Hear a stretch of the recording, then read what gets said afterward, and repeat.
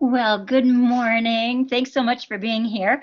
Can you give me a thumbs up that you can hear me okay this morning? Would you mind? Thank you. I'm going to assume you can hear me, but I'd love a thumbs up. Is it cold where you are? Boy, is it a cold weekend. Can you hear me okay, Sammy? Yes, hopefully. Okay, so yeah, very cold this morning. I'm wondering if everybody's still cozied in bed. I'm glad you're here. Thank you so much. Awesome, thank you. Hope everybody's off to a great start for semester two. I've seen lots of good things come in already. I know at least one student that I have is still wondering about how to submit an assessment. So if you are one of those people, um, make sure that you are saving whatever you put together as a PDF and then go back to the assignment in Blackboard and attach it as a download, and that'll do the trick. So thank you for being here as well, Sophia. So this week, do you guys have any questions starting out? We're kind of getting into it. We've changed subjects, topics every single week, which makes it really fun class, keeps moving. Lots of things that relate to really things that you need to be successful as a grown-up. Thank you for sharing that you don't have any questions. So always reach out to me if you do. Email me and I'll be glad to answer any questions. So this week we're going to do something super important, talking about decision making. So decision making is something that we do every day. Sometimes we think about them, sometimes we make decisions without thinking about it. So we're going to talk about some of the choices that we have in life. And then we're going to take a look at this week. So it'll be a pretty quick e-session today. Most of your work will be on your weekly lesson and thinking through the summative. So let's think of a color. Go ahead and choose a color. If you were going to draw a sun, what color would you pick? What color would you draw the sun to be? Choose a color. I know what I would choose. What color would you choose if you had a box of crayons? Yellow. Yeah. All right. And how about you, Sophia? What would you choose? And of course, there are lots of different shades of yellow. So we had a speaker here at eAchieve, somebody who's helping us teachers learn more, that talked about bright yellow, okay, that talked about when we think about describing words or adjectives, we can, she actually is a language arts teacher, and she suggests going to benjaminmoorepaints.com and looking at some of their descriptors. So they might have vibrant, or they might have, they might have something like mellow yellow, something like that. So describing words. Sometimes the sun doesn't even look yellow. It can look like a different color altogether, right? And it depends on your viewpoint, or sometimes it might be behind the cloud, right? So you have lots of choices there. When we think about colors, a lot of times we think of just a basic, like you said, Sammy, yellow. So yeah, it's yellow, but then look at all the different hues that are yellow. You can have yellow green or yellow orange, right? And so it branches off, and these are just some in the spectrum. So lots of choices within there, and so it's not just as simple as just choosing that color. And artists have to really think about what they're trying to depict in their paintings, for instance, or even people who do any kind of like photography and that think about lighting. So it's lots of decisions, even in the simple thing like pick a color out of a Crayola box, for drawing the sun. So how about thinking about this in a broader picture? Can you share out a big decision you've ever made, or that you know you must make in the future? So something that you would have to decide. You're a young person. What's something that you have to that you've already made that was a big decision, or something coming up that's a big decision?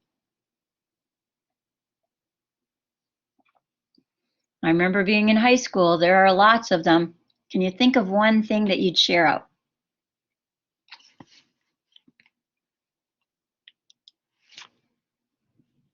I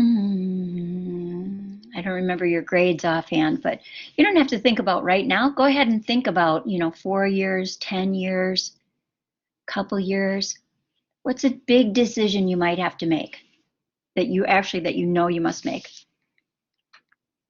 So I'll give you some clues. You're not going to be at Achieve your whole life. You won't be living at home your whole life, right? And your parents won't support you your whole life. And your job, quote unquote job, won't be always at home your whole life. So what are some big decisions?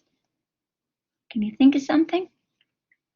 So I remember knowing what job, a big decision, where would I work? What job would I get? Even in high school, and what did I want to be when I, grew up, kind of thing, right? Was I going to buy a car or not? What kind of car would I buy? Would I go to college? Where would I go to college, right? Would I get married? Would I have kids, right? So all of those kinds of things are some good examples. Those are some big decisions that'll have to be made. Yeah, exactly right. Thank you, Sammy.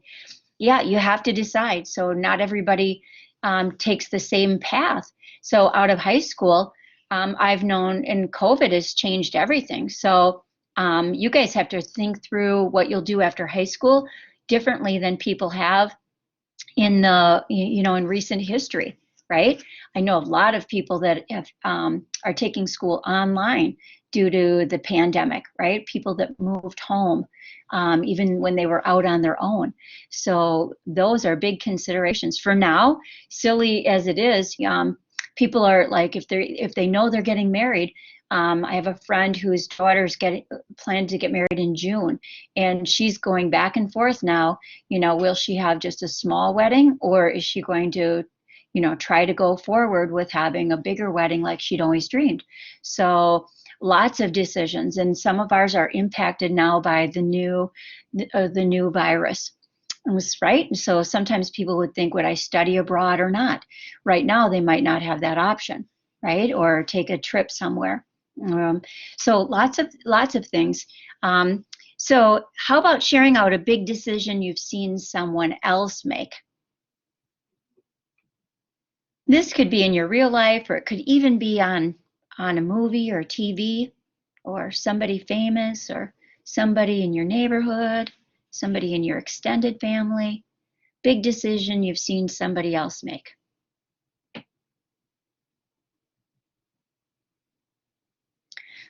I've seen somebody that had a long-term relationship, about 5-year relationship, decide to break it off.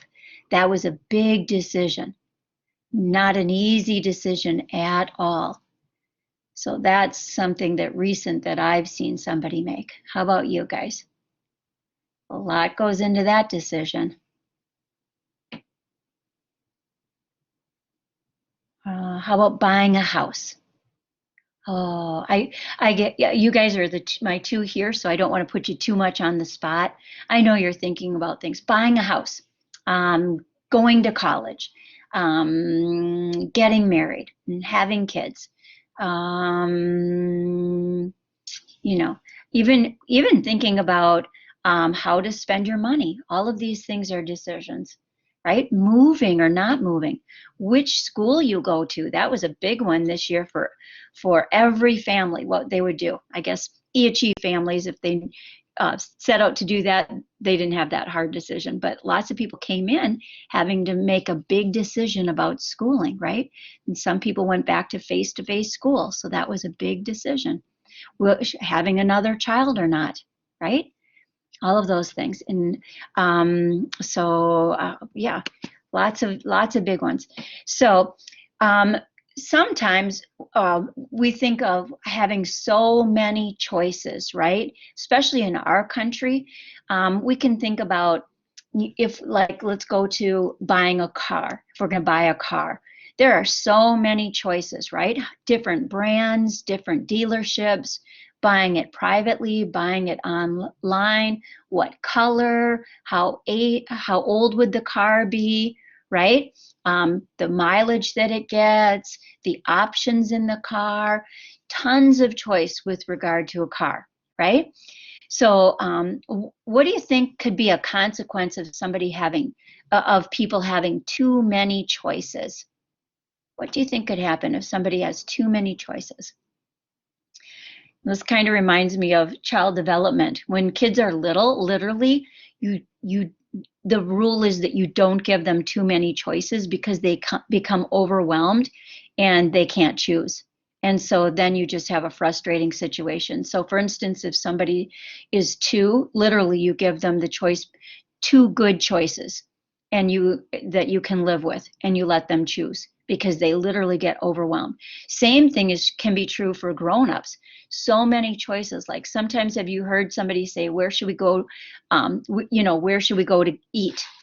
And there are so many choices, so many different types of foods, so many different types of restaurants. Sometimes people just are overwhelmed by choice. And so that can happen. So it's important that we think about ways that we can narrow that down. So when we think about too many choices, for instance, like you're in school, you have so many courses you can choose from. Sometimes you want to try different things. It's a part of being an adolescent or a teenager. And you wanted to try this, you wanted to try that. You're interested in everything. You want to do something different. And then how do you narrow down your choices? So that can be hard. Traveling. So one person in the family wants to go one place, somebody else wants to go somewhere else, near, far, plane, by car, by boat, lots of choices. Even what to wear, opening our closets. We're not like other countries. We'll open up our closets and choosing what to wear. What do you feel like that day? What's the weather outside, right? Where are you going? All those things make a difference. And so lots of choices, or what to buy when you're shopping. You go in, or even online is even more overwhelming. Where do you shop? What do you buy? What size? What color? What price? Can you get it cheaper somewhere else, right? Does it make sense to add this to your wardrobe? And then sports, same thing, all the different seasons of sports, the different type of workout for your body. What are your friends doing? Does it work into your schedule? Can you get there? Is there traveling? What does it cost for the sports? So lots of things to decide about these things.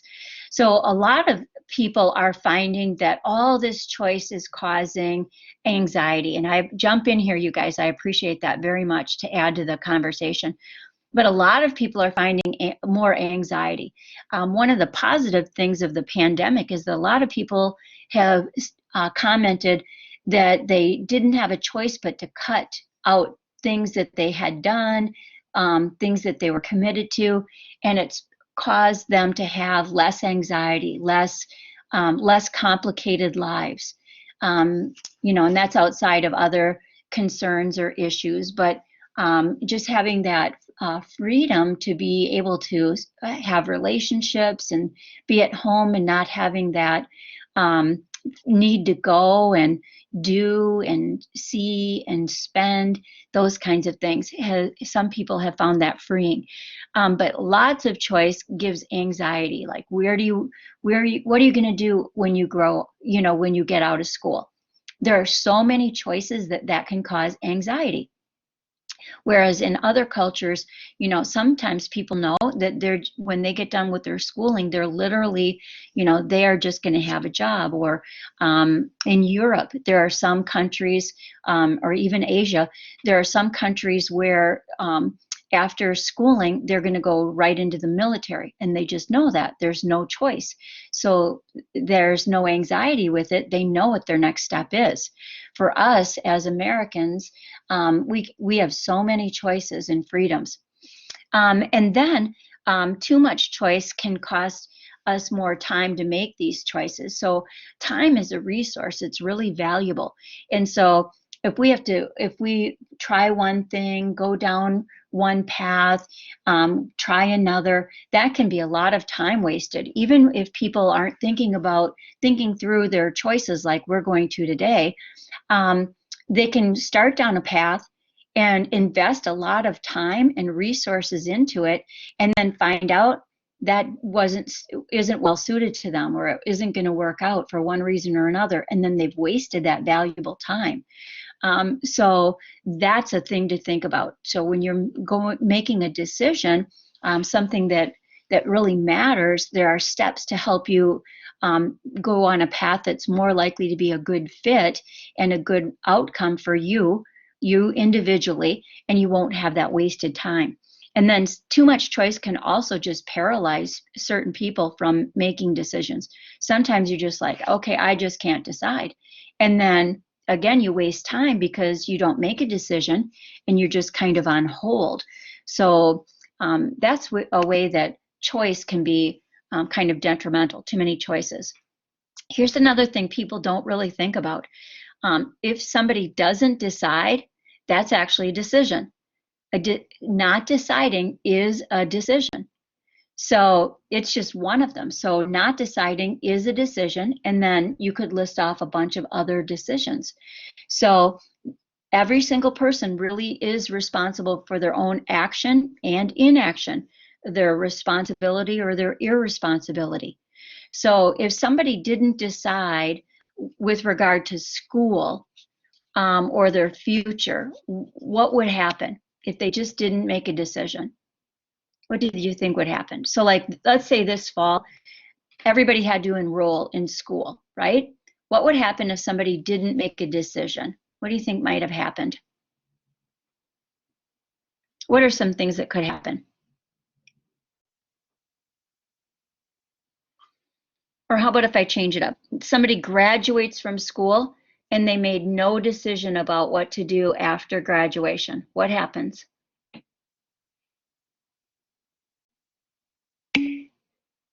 Yeah, so exactly right. So literally they can still be living at home with no plan, right? No job, no no schooling beyond high school, right? They can just, so that not making a decision was a decision, right?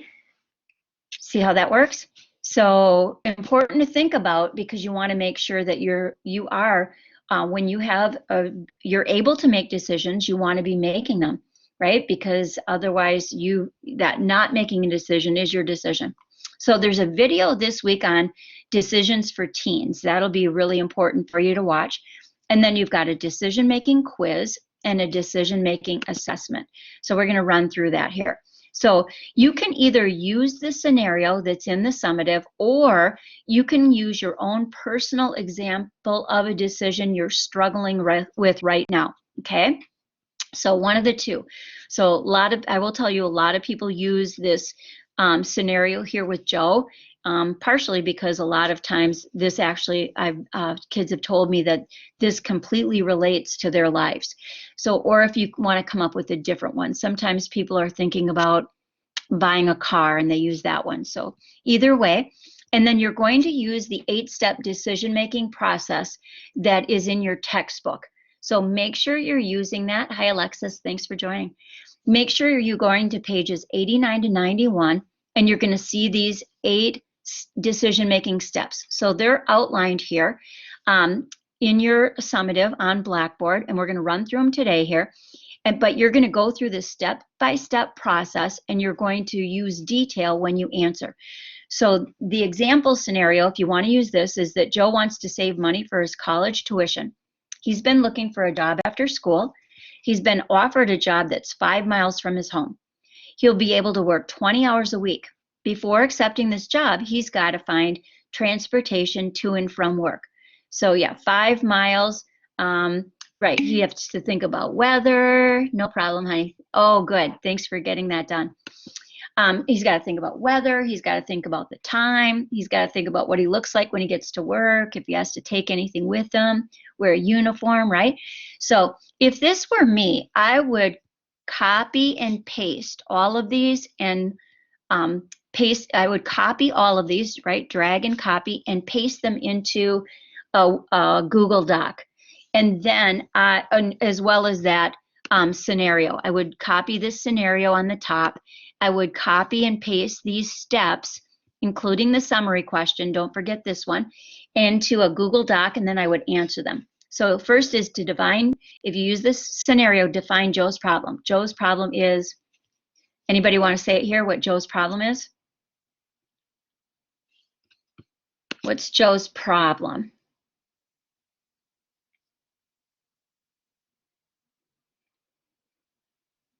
He's got to make a decision, right? So what is his problem? What is he going to have to decide?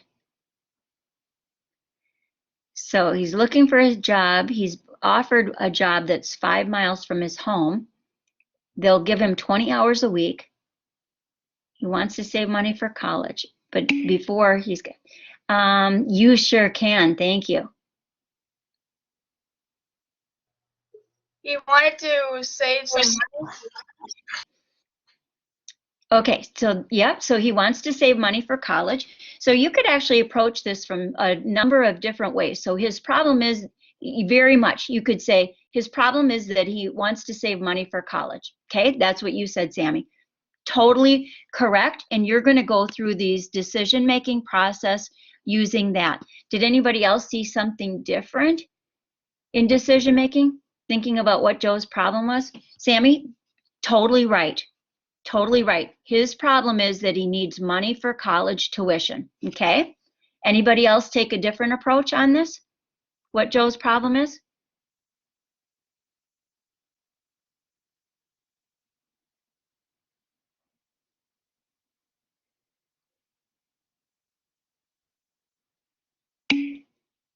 There you go, Alexis. You could say that his problem here is transportation to get to the job he's been offered to. Okay, both of those are totally right. Okay, so very good. So you can define the problem.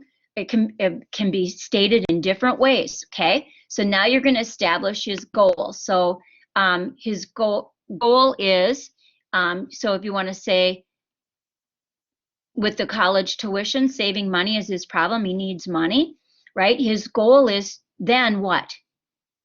His goal would be to get a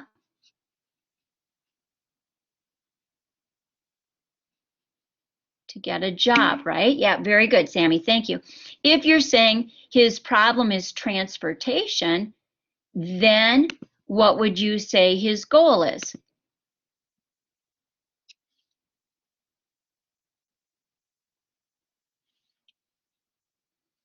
Almost the same answer, right?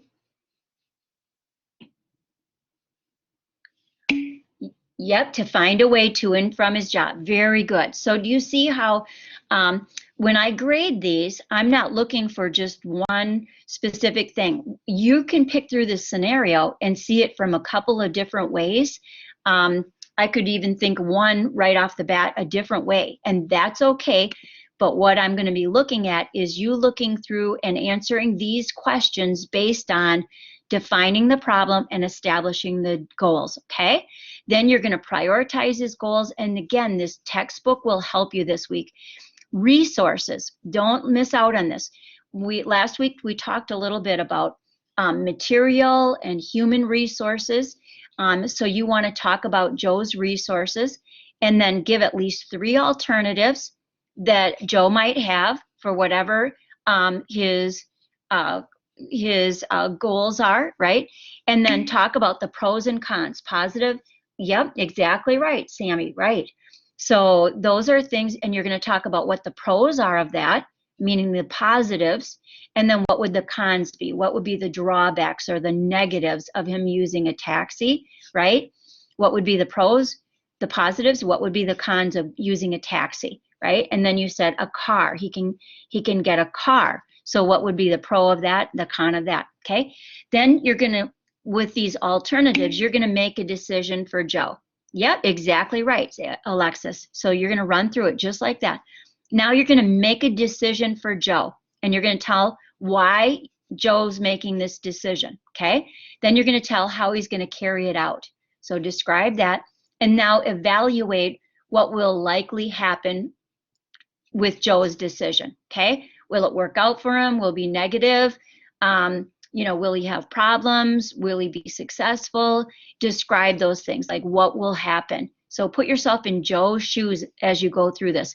And then the summary question, I would like you to discuss a situation in your own life where this decision-making process could be helpful for you, okay? So this is a really important question at the end. So that's the summative. I've seen lots of great answers here where I can really tell people thought through this decision-making process. And many students, really, this is an eye-opening summative where they realize thinking things through before making a decision, making an informed decision, and how they're much more likely to make a better decision and have a positive outcome. That's the whole idea here, okay? Any questions on anything? That should really help you. Anybody have questions? So it's an application kind of thing. Lots of things in life skills are applying what you learn. Thank you. Make sure you read the chapters every single week. I help you with the summative. I give you some extra stuff, but that textbook and those materials and resources in the lessons tab are really the bulk of your learning every week. This is life skills. I would recommend you not ever skip out on any of the reading or materials, not any of them, because you really are laying a foundation for your life and having those skills that you need, that base of information to help you be a successful human being. Okay, so great. Have a great week. I'll look forward to seeing what you've got. Always reach out. Oh, you too, Alexis. Thank you so much. Oh, I appreciated the three of you being here very much. At first I thought I'm going to be all by myself, so I thank you very much. You two have a great week. Stay warm, and have a great week 3. You guys are off to a great start in life skills, and I'm sure you are in your other classes.